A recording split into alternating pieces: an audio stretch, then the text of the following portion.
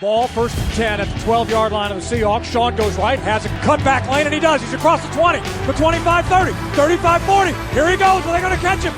40, 35, 30. Touchdown, Seahawks! 12, they're bringing the trophy home. Your Seahawks, Super Bowl 48 champions. Holy catfish! Baldwin's going to throw back to Russell. He's got it! Touchdown! Seahawks! Are you kidding me? Let's Hawk It Out with your hosts Kevin Porter and Rich Harris. This past Sunday did not go as I thought it was going to go. Unfortunately, ladies and gentlemen, welcome back to Let's Hawk It Out. As always, Kevin Porter here with Rich Harris. How's it going, buddy? It could be much better. As you know, just as you said, it was kind of a rough Sunday for us, especially to start out the year. And I definitely have my one word ready if you are. My one word description. Well, let's go ahead and jump right into it, Rich Harris. Los Angeles Rams came in this past Sunday, and anybody that listened to our preseason wrap-up, along also with our Week 1 preview this past week, you definitely heard us talk about how we had a lot of optimism going into this coming Sunday, and boy, did the Los Angeles Rams sure beat it the hell out of us. So go ahead and give me your one word to describe your feelings for this game, Rich. Yeah, you know what? Just being there at the game and observing fellow fans around us, watching us get hyped in the first half as we were looking like we were the better team that we thought we were. And then going into the second half and just everything just dropping altogether, the vibe, the hype, everything. I call it brutal. It's brutal because it was just a brutal loss for us fans, just as much as it was for the team. And it was just a brutal experience to go there for that first game of the season at home and to witness something like that. It was a hard game to be at for sure, and a hard game to lose as a fan overall. Yeah, I definitely had sympathy towards you, Rich. I kind of wanted to send you a text message, but I was like, man, to be in that stadium right now after that second half meltdown, I mean, the first half, we came out, dude. Obviously our defense gave up the touchdown right away, but our offense was doing a lot of dinking and dunking, and it looked like K9 was coming out and having some strong runs there for the first half. And again, we went into the half with the lead. What happened? What happened, Rich? You know, and I didn't know really exactly as a fan being there what the logistics or what the details were going on with the players, any injuries. I didn't think about any of that because it just wasn't, there's no time for it when you're there. You just go with the flow. When I got home, I did get to watch the game a little bit more and then read up a little bit, listen to some press conferences and find out what was going on. And I guess the difference between the first half and the second half all starts with the tackles. Both of our tackles, Charles Cross and Abe Lucas, they both got pulled from the game with injuries. I believe Abe has a lingering knee issue. It's not classified as a full-on knee problem or injury to go on the IR or anything. It's just been bothering him. Well, it flared up last night. Charles Cross, I guess, has a similar situation with one of his toes. I think one of the big toes, maybe. And if you're planting as a lineman, especially a tackle, any lineman for that matter, they're going to use their feet. They're planting a lot. Now, that big toe is really important. So I had no idea. So to me, if I would have known that at the game, or if I would have looked it up, or like you said, I'm not looking at my phone much when I'm there, like I would be if I'm home trying to figure out stuff. And I guess probably because you know what the commercials are like at home, and you know what the commercials are like at the game, right? We don't know that 2 minutes or so in between the game. There's usually some really good entertainment going on that you're not looking at your phone, you're watching the entertainment at the field. So the injuries to the tackles, I think, is what really kind of set that tone, because then I don't think we were running as well. Maybe we started changing the way our running and passing on that and what was working more, and they were just continuing to run on us, run plays, mostly passing plays, and they came in determined that, hey, we don't care if we're considered the lowly or the smaller, worst team. They came in here and got a win, and it was a big win. It was a big win for them, and shame on me and shame on us or any of us who just thought, we got this one in the bag. I do one of the pick'em leagues. I put Seahawks way up there high with the points, and I got burned. But shame on me for rooting for my team and feeling hyped about this new team we got. But you know what? We're young. We probably got some more chemistry and cohesion that we need to do. We use that word a lot. And we'll just continue to discuss today's game, and then we'll move into next week. I don't know, dude. I was just sitting there and my watching experience was we were driving back to the house, so I had 1280 on the radio, and I'm hyped, dude. I'm sitting there in the car and Jessica's driving. I'm just like, let's go, Seahawks, Seahawks, yep. And I'm yelling it out the window. Anybody that's walking by me, I'm like, Seahawks, they're like, yeah, and people were hyped going into Sunday, dude. And then it's like I said, sitting there. Once we got home, because I missed the first drive of the game or whatever, and by the time I got it on TV, again, K9 was coming in, doing his thing. We saw DK Metcalf get that touchdown, that sweet throw from Geno Smith during the first half, and I was pumped, dude. I thought we were rolling. There was because going back to last week when we recorded, I didn't necessarily think that it was going to be a blowout necessarily, I guess. I just knew that we would compete, we would compete for 60 minutes we always, most of the time, we always do. And it just unfortunately didn't happen that way. We competed for 30 minutes and then 3 yards, Rich. We got 3 yards. The all of the third quarter going into most of the fourth quarter, and then we got some garbage yards at the very end, dude. But embarrassing is probably a good word you could use in terms of that second half performance. And like you said, we are very young. It's the first week. You don't want to overreact to everything you saw yesterday, because it could be night and day 4 weeks from now, or it could be night and day next week, whatever. We're going to continue building. I did listen to Pete Carroll on the Pete Carroll show on 710 earlier today, and he said he'd already watched that film 3 times before going in and doing that interview today, and that just tells me again, this is a learning experience, and hopefully again with our injuries on the offensive line, hopefully that's not necessarily something we got to worry about or anything, but by all means, dude, it's young in the season, and let's go, dude. Let's continue on week 2, dude. Detroit next week. Let's go. I always look for a silver lining in anything. Bad things happen or whatever. You have a bad news about something. You always try to look for something that maybe, silver lining, I say it, or some sort of a good news. In this, the only good news we have is not really good news. It's just the silver lining in this type of experience is they're going to be very humbled by that.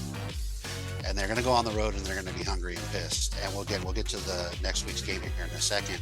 But yeah, just to summarize, another way that I would summarize this is it felt like week 4. If we still had a week 4 of the preseason, that's what that game felt like when I was there. It just felt like not really that important of a game. They didn't have as much hype or vibe or willpower, just energy to just kick the Rams' ass.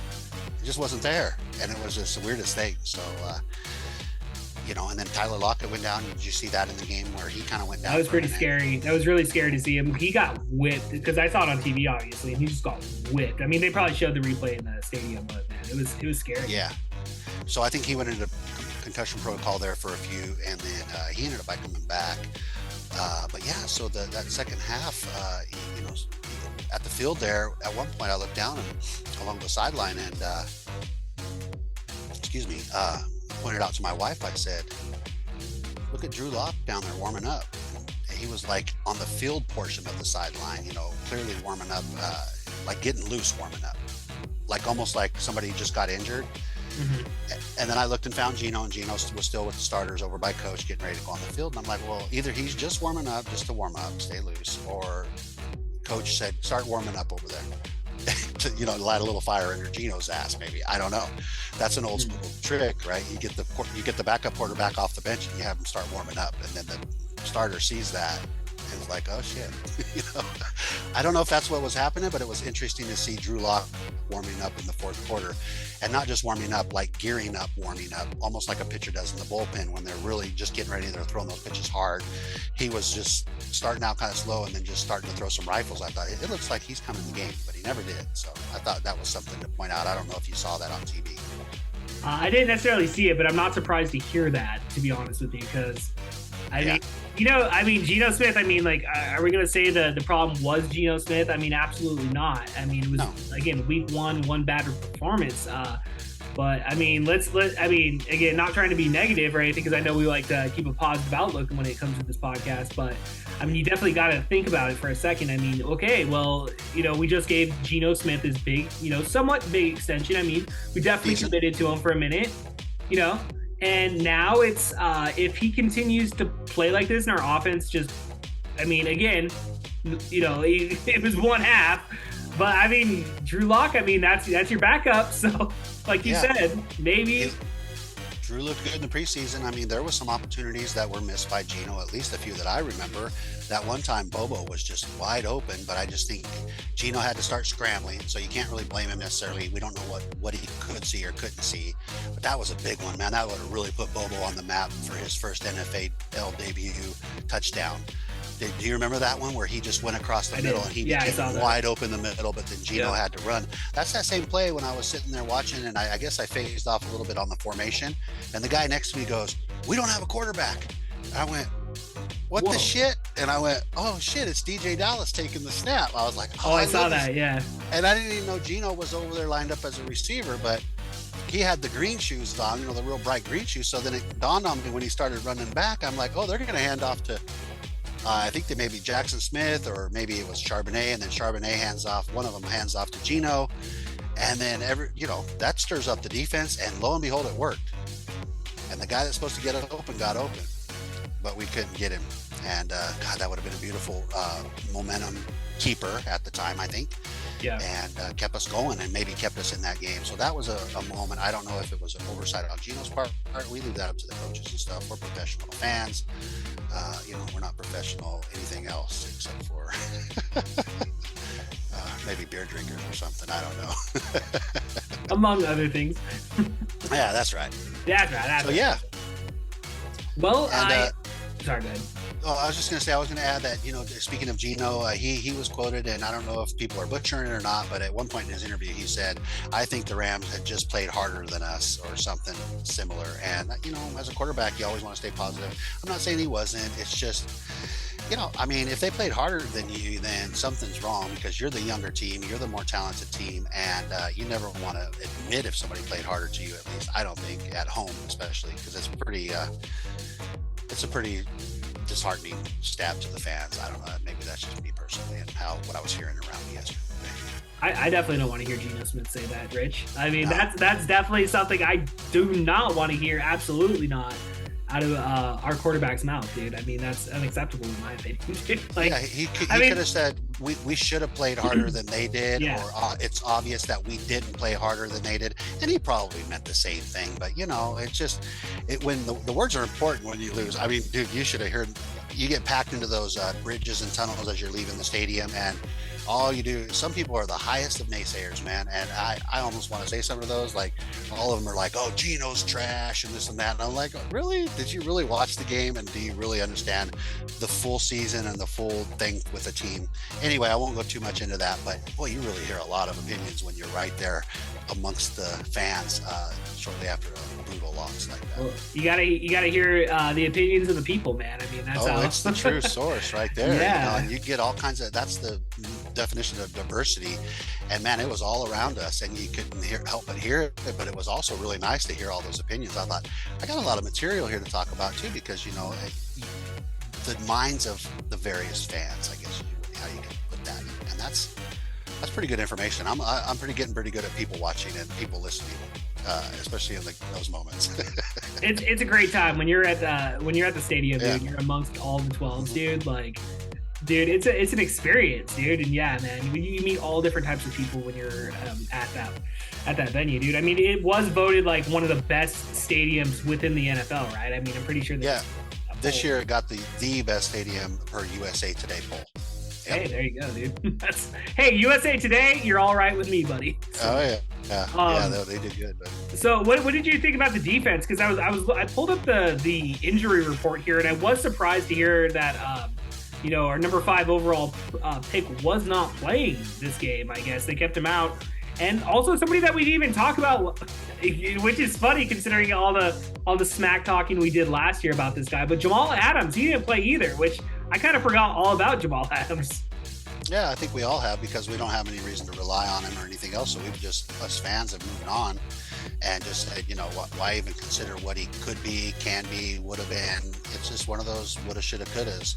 And I think with Witherspoon, I think it's okay. They just want to make sure that he's fine. I think he has a lingering thing, not necessarily something serious. But yeah, the defense, the run game still needs a lot of work. Yeah, they were missing a lot of guys yesterday, dude. And if you think about it, that whole line is pretty much all new to each other, except for maybe Miles Adams has played there last year. But you brought in Draymond Jones. You've got the rookies in there. You've got Jaron Reed, but he just came back. He wasn't here last year. And then the tackling. So many missed tackles. And again, going back to the fans around us, that was you should have had that tackle. You should have. And a lot of them, they should have had the tackle. They really didn't have the tackle, and very easy tackles or group of guys that miss them, and that's unacceptable. And they just would continue to run yards after the catch, stuff like that. Right. And Matthew Stafford, you can't discount him. He's back. He was out most of all last year, and they sucked. They really were. And then he's back, and look how much difference they can make. I thought, Cooper Kupp's out. These other guys are out. And they're down, they're injured. Nope. They come in there and they showed that they wanted to win that game more than we did. They really did.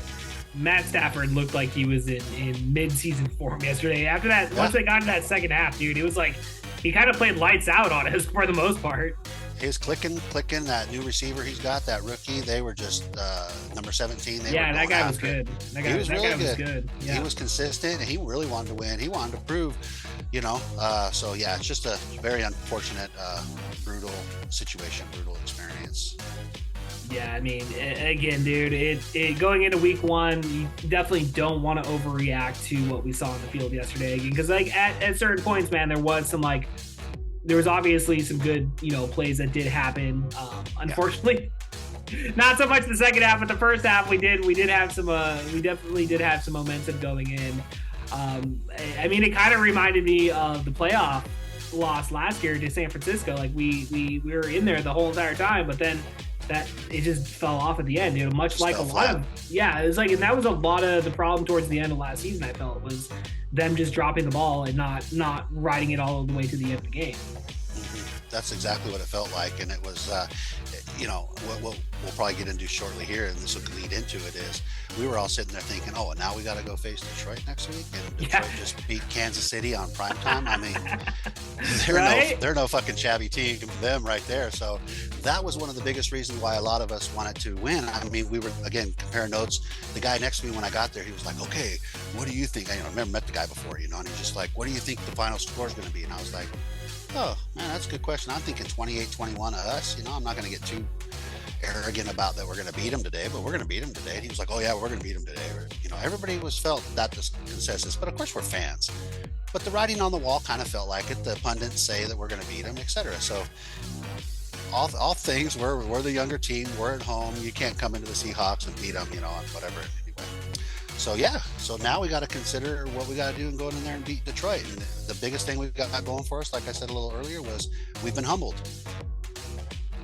And it's not a bad thing. Hungry. That's not necessarily a bad thing to be humbled like that, because, like you said, dude, especially getting it out of the way, first game of the season, dude. I mean, hopefully it's all up from here, dude. But sometimes in life, dude, you just got to eat a little bit of that humble pie and come back stronger and better the next week.